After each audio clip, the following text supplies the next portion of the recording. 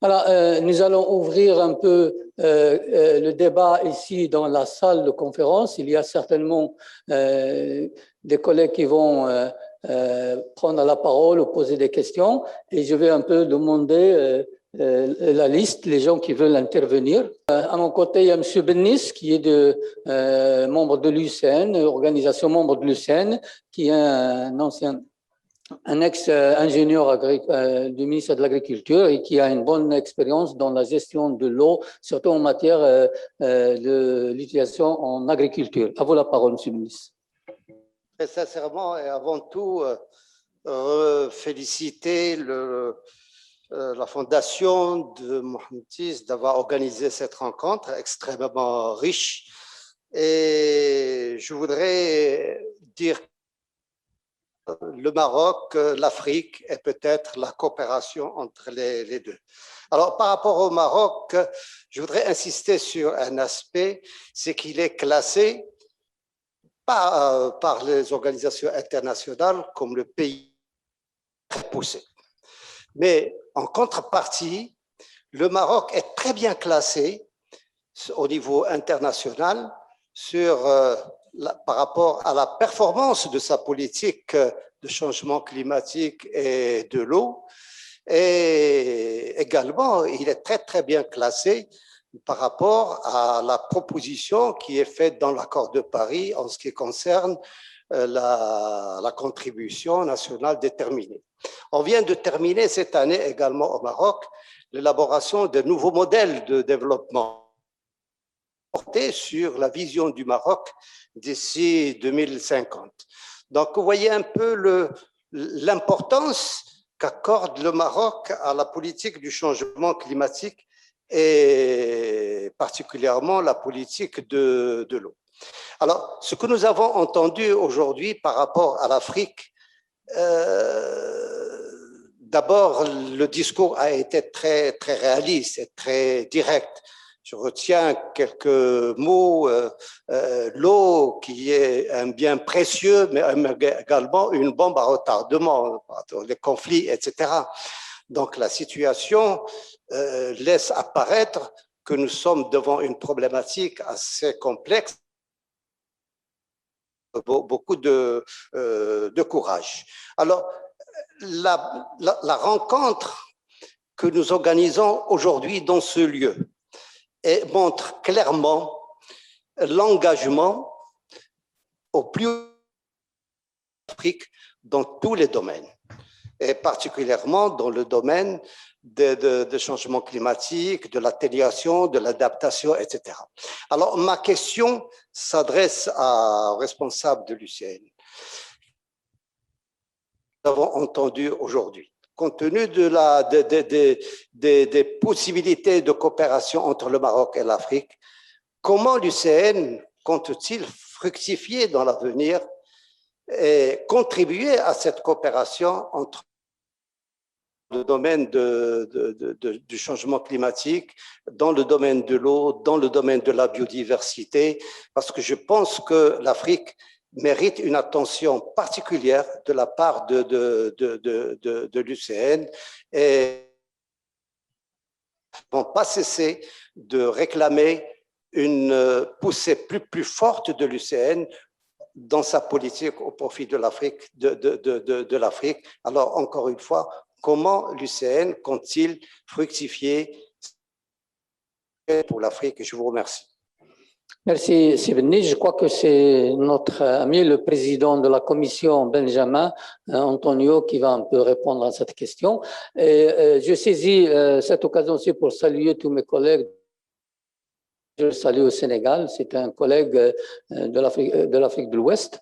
Je donne la parole à M. Bachri, qui est directeur de la stratégie au niveau de l'Agence nationale pour le développement des oasis et des zones arides au sud du Maroc. C'est vraiment le monsieur qui connaît un peu le stress d'eau et la désertification au sud du Maroc. À vous la parole.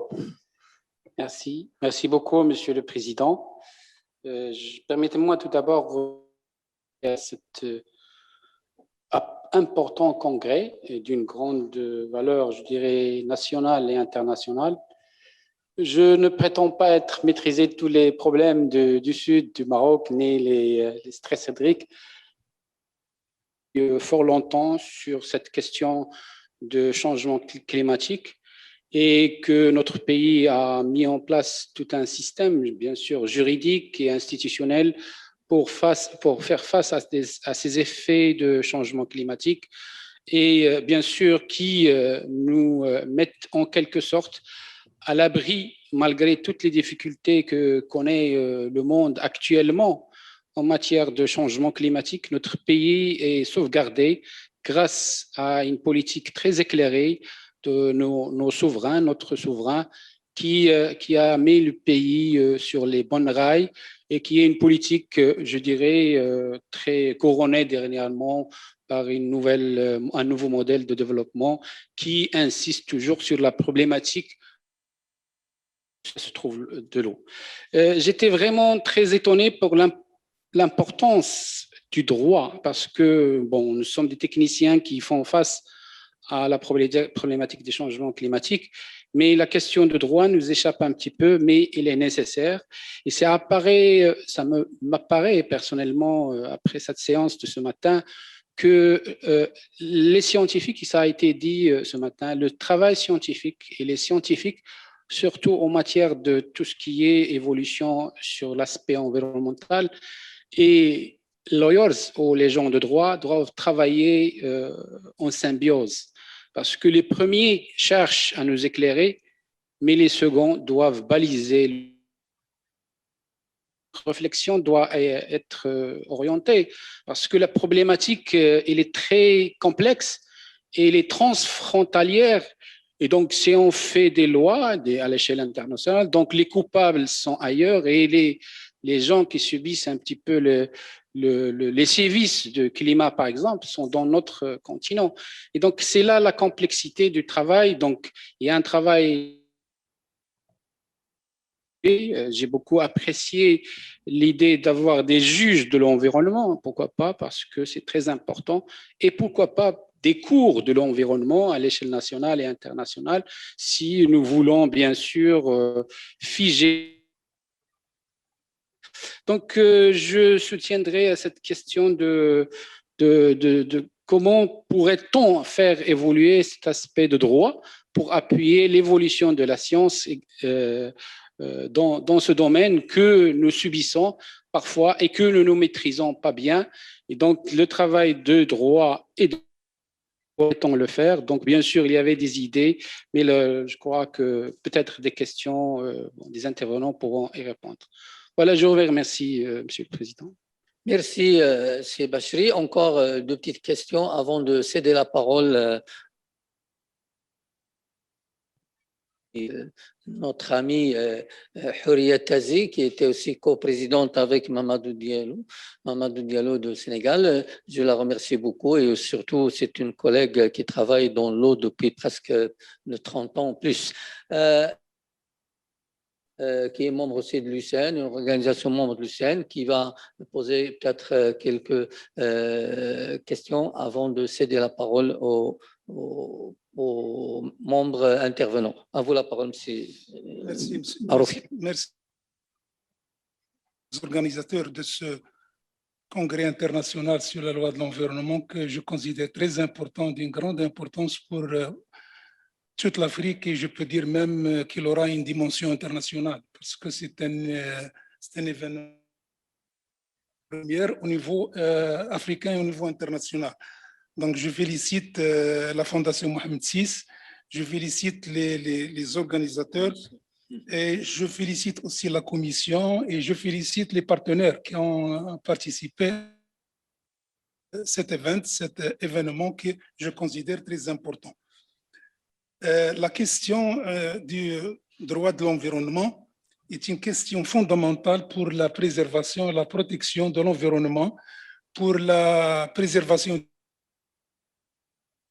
non pas pour les générations présentes, mais pour les générations futures, c'est-à-dire pour protéger notre planète, pour aller sauver notre planète qui connaît depuis le phénomène qui ne font que dégrader cette planète et qui ne font que lever l'empreinte écologique. Dans le domaine des lois, comme vous le savez, le Maroc a déployé beaucoup d'efforts dans ce domaine, c'est-à-dire le domaine le droit de l'environnement. Ça fait maintenant 2 décennies et l'adoption de la charte de la loi cadre 99-12, qui est la charte nationale pour l'environnement et le développement durable. Il a aussi concrétisé ça avec la stratégie nationale pour le développement durable. Et il a aussi élaboré, presque toutes les lois d'environnement concernant les déchets, la pollution. Il y a beaucoup de lois que le département de l'environnement a produit dans ces dernières années. Et dans le domaine de l'eau, comme l'a dit tout à l'heure, la loi 3615 est venue pour remplacer l'ancienne loi qui n'était pas une loi complète. Et la loi 3615 est devenue maintenant un outil très important pour le Maroc qui est actuellement en train de travailler non pas sur la côté de loi, mais il y a une nouvelle stratégie dans le domaine de l'eau. Et ça, pour qu'on continue à travailler, parce que le Maroc, il sera confronté, il est actuellement confronté à la problématique de l'eau. Il est actuellement, comme vous le savez, dans le début des années 60, il y avait 1000 mètres cubes par individu. Maintenant, on est au-dessus de là, c'est-à-dire on n'est pas au niveau international, c'est presque 500 mètres cubes par habitant au moins que ça. Et il y aura une crise d'eau, non pas seulement dans les milieux ruraux, mais une crise dans le milieu urbain. Il y a une étude de la Banque mondiale qui dit que le Maroc affrontera une crise dans 2050. D'ici 2050, il y aura une crise d'eau. Donc, ma question, puisque les interventions ont été très riches, il y avait beaucoup de thématiques qui ont été discutées.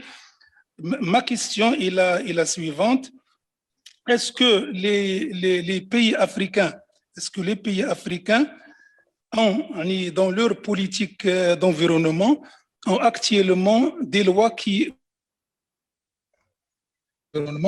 et plus particulièrement, est-ce qu'ils ont pu intégrer les thématiques de l'eau, de la désertification dans ces lois d'environnement? Voilà ma question. Merci. Merci, M. Maroufi. Now I hand over to the speakers and the chairs and to the Mr. Justice Benjamin Antonio, if you can maybe take the floor and give some clarification about the questions. Thank you. So, first of all, many thanks for the questions that you presented. I would just address 2 of them. One on what IUCN can do in respect to climate change, and I suppose the biodiversity crisis as well, and the water crisis in Africa.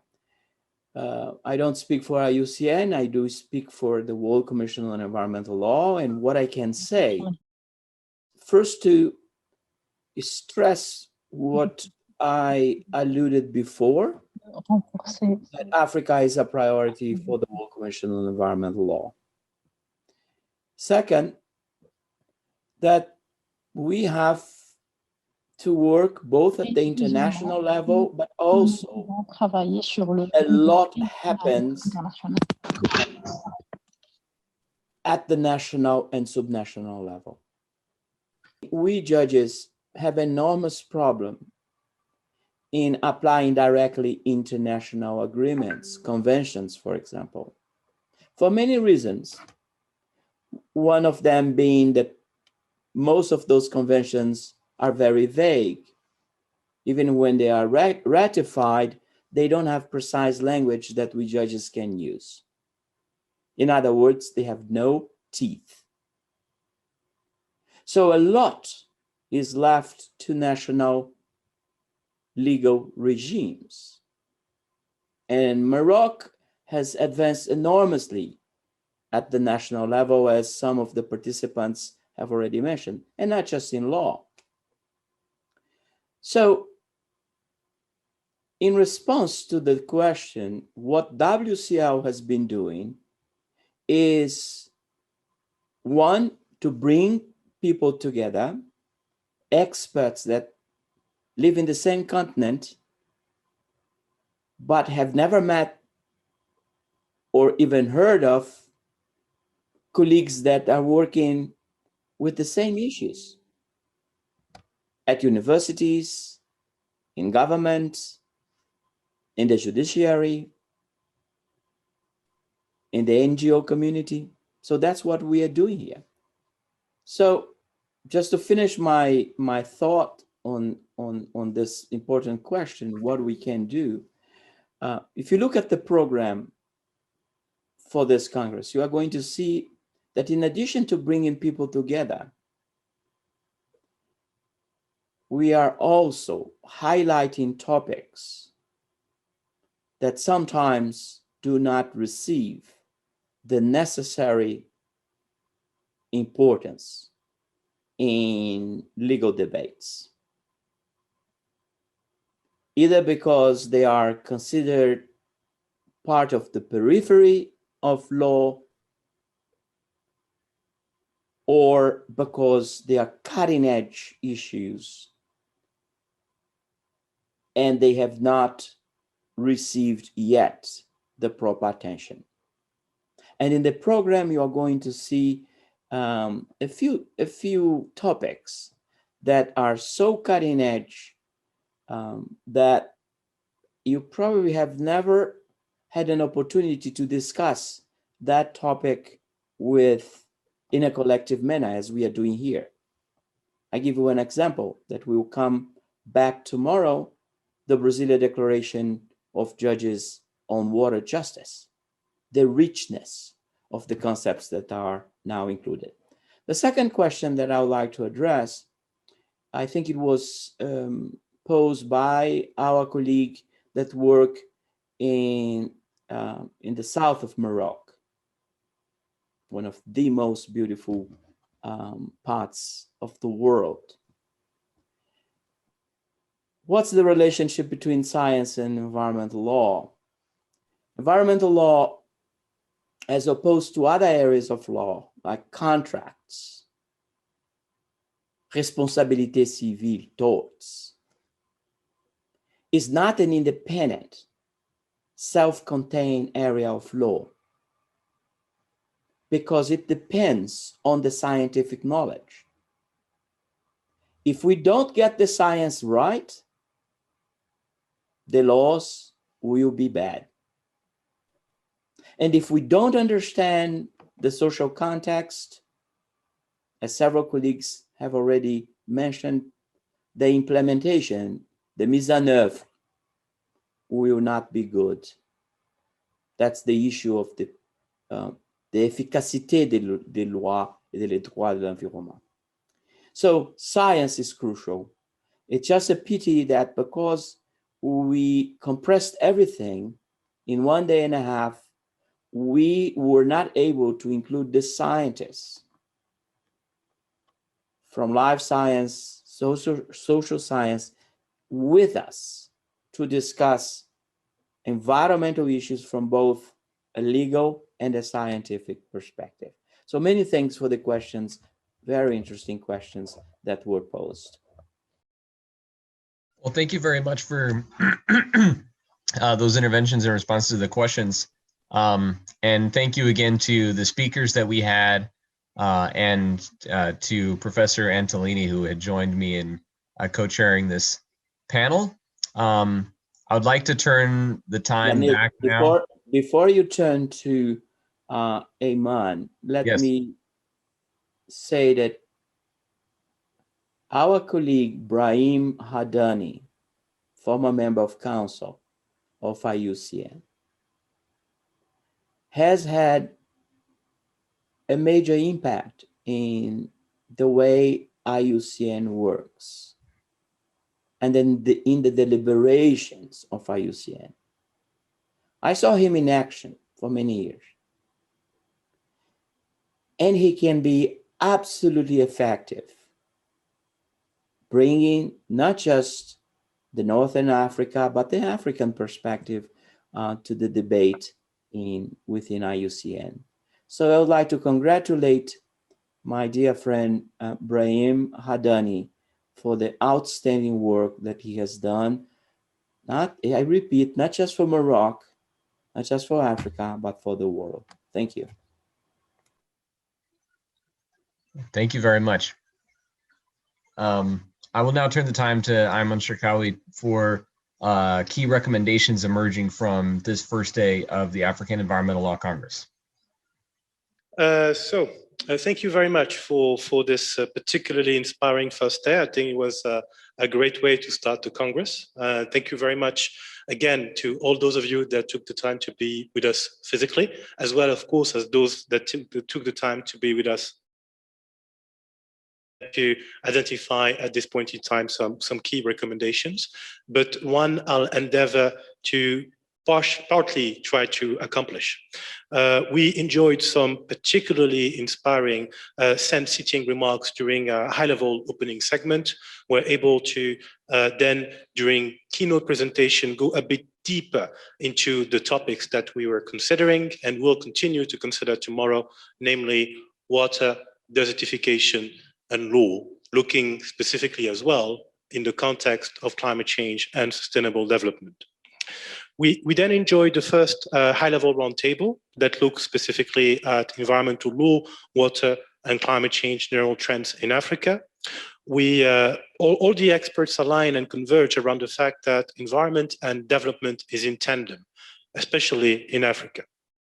That African advancement of a social and economic growth is in tandem with the improvement of environmental laws. That there is a correlation as well between drivers of change and development of facing a myriad of challenges. Trends show that there are great strides being made. We also learned that environmental law in Africa has not progressed in a vacuum, but is connected to internal and external challenges. Climate change, and heard during the comments that were made in the last roundtable. We have also heard that environmental law, through environmental law, we have a good opportunity to address the structural causes of environmental degradation, is insufficient data. That data needs to be homegrown, coming from African people, institutions, and reflecting the reality in the do we have? How are those figures accepted by the different stakeholders on the ground? A positive trend, once again, was noted in terms of the enhancement that can help improve data and provide avenues for improving the role of environmental law. Environmental law viewed as a nature and people-centric approach. Nature. One of the challenges that has been identified is used to achieve the opposite, unfortunately.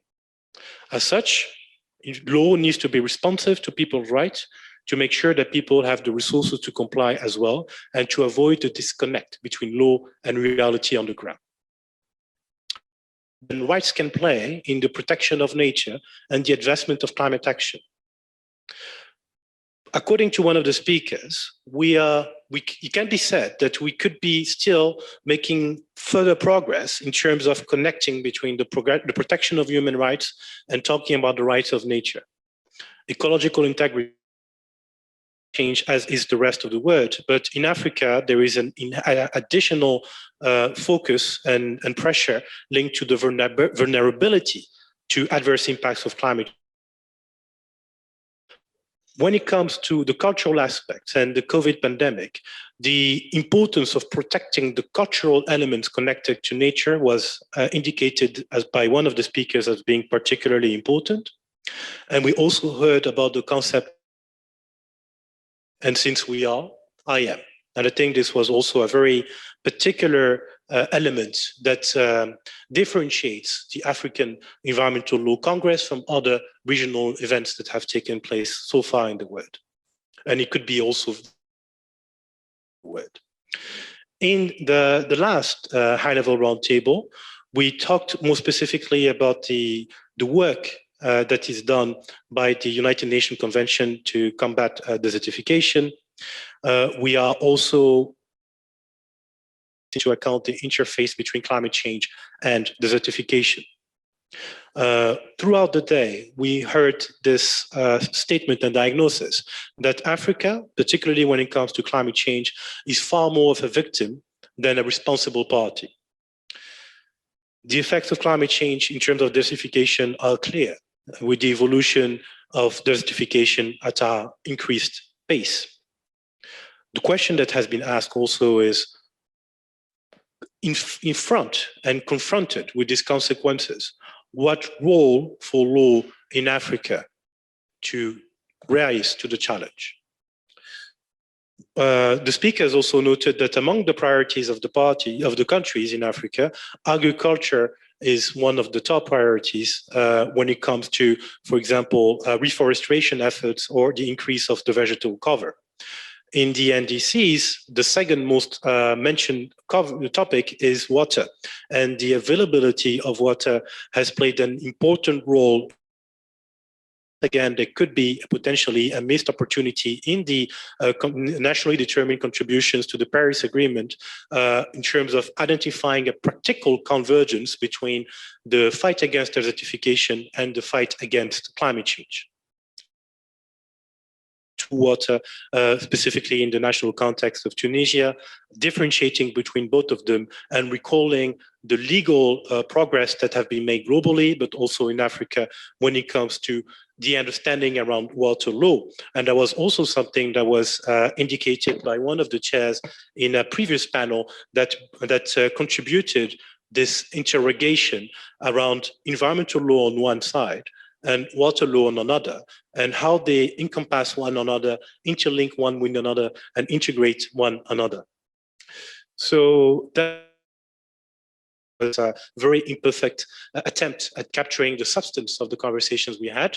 I'm very happy that we had such a productive and intellectually stimulating first day, and I look very much forward to tomorrow morning.